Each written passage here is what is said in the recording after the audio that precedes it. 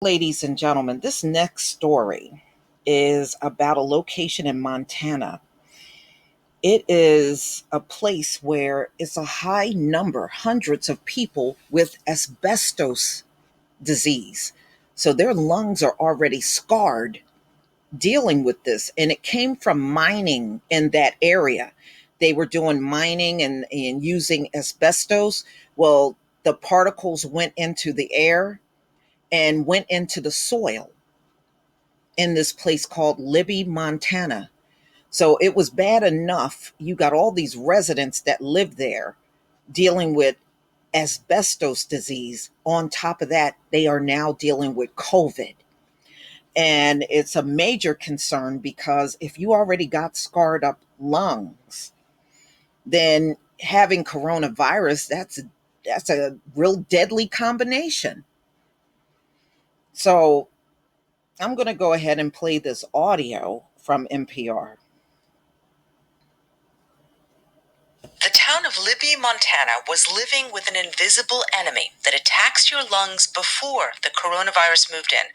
For the past century, asbestos from a nearby mine has killed hundreds in this small town. And that experience is affecting how people in and around Libby are reacting now to the pandemic. Nate Hedgie from the Mountain West News Bureau reports. Frank Phelan has been slowly building his dream house near Libby, Montana for the past 15 years. It's an Amish log home with a beautiful stain on it and the best back deck you've ever seen in your whole life. It overlooks pine-forested foothills and an open meadow where deer and coyotes roam. And ever since the pandemic ramped up in mid-March, Phelan has been spending most days up here, away from people. That's because, like a lot of folks in Libby, he's especially vulnerable to COVID-19. His lungs are scarred from breathing in asbestos-laced dust from a nearby mine for decades. Feels like somebody standing on your chest, or almost like somebody stuffed a pillow down there in your lung. Phelan is 61 years old, but even climbing up a small hill near his house is hard. He reaches for his inhaler. Magic stuff. Albuterol. Pound that stuff down. To avoid the coronavirus, Phelan is staying away from town. He hasn't visited his son and granddaughter in months, and if it hadn't been for COVID, my will would not be written. But it is now, and it's filed in the courthouse, and the whole thing's all done. That gives you some idea how seriously I take this. A few miles away from Phelan's dream house, there's a special clinic in downtown Libby that treats patients with asbestos-related disease. Miles Miller is a physician assistant there. Our patients having an underlying lung disease would make recovery from COVID-19 more difficult. Miller has lived in Libby, Montana since 1990. That was the year the vermiculite mine that caused this public health disaster finally closed down.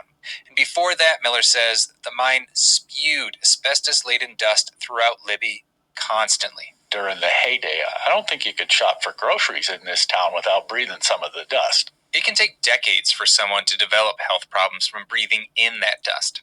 Miller says that about 1 in 10 residents in the Libby area are currently diagnosed with an asbestos-related disease. Some have scarred and weakened lungs like Phelan, others have various cancers. And as fall begins, coronavirus cases have been skyrocketing throughout Montana. Now, many people in Libby are trying to follow the various restrictions, wearing masks and social distancing, but for a few, the town's history with the mine and the government's initial inaction have made them wary of authority. They profiteered off our precious lives and souls. That's Doug Shaw. His lungs are scarred from asbestos. And during our conversation, he rails against the state government and the mine's owner, W.R. Grayson Company, for covering up the contamination here for decades. I do not like what they did to us here and allowed to be done to us. He calls it murder. In response, the mining company says it's already set up a generous financial relief fund for Libby residents with asbestos-related diseases. But for Shaw, it's all fueled a distrust of authority that's bled into his reaction to COVID-19. He questions the science, and he's frustrated by the restrictions. Nobody has to live like this. We need to get back to work. That sentiment runs strong throughout northwest Montana. It's a conservative region with a strong libertarian streak, and Libby's economy relies on tourism. And this has led to a paradox. On one hand, local officials and the community have largely accepted public health guidelines, but on the other, the county allowed some big public events to go forward, like a rodeo and an international chainsaw competition. Julie Kendall isn't pleased about that. These people that come to these events from out of town are going to our gas stations, our grocery stores, and they could be exposing you right there. She's a phlebotomist at the local hospital. She was diagnosed with an asbestos-related disease a couple months ago. She figures she got it as a kid from the piles of mine waste next to the local swimming pool. And Kendall sees parallels between the novel coronavirus and asbestos. It's unseen. You don't see it. You can be doing the innocentest thing, and it could still get you. But Kendall also believes those parallels have given folks like her a leading edge on dealing with this pandemic, because they've been here before. We're already afraid here. So it's kind of like one more shake of the dice. I don't know how else to say that. You can't live every day in fear, but here we do. For NPR News, I'm Nate Hedgie in Libby, Montana. That story comes from a collaboration of the Mountain West News Bureau and Kaiser Health News. Okay. Now, ladies and gentlemen, we had something similar here in my state. There's a town called Mount Laurel, and it wasn't all over the whole town, but it was this one street in Mount Laurel where everybody on the block had cancer, including their pets. Even their pets had cancer.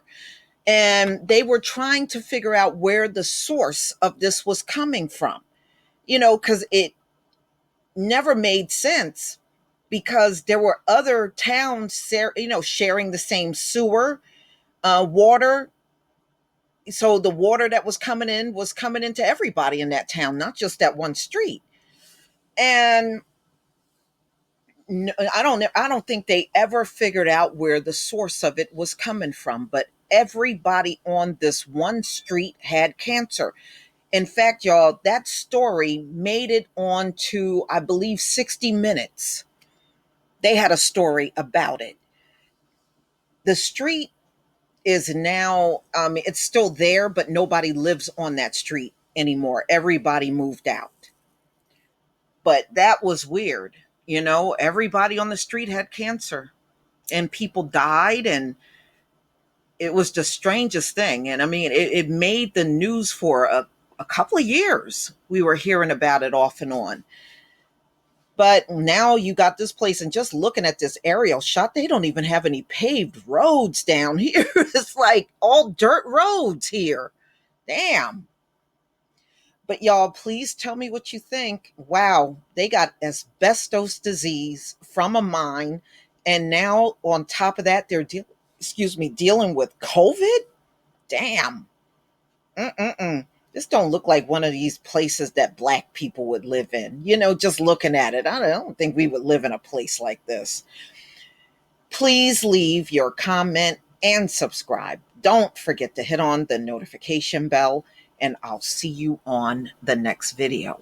Peace, family.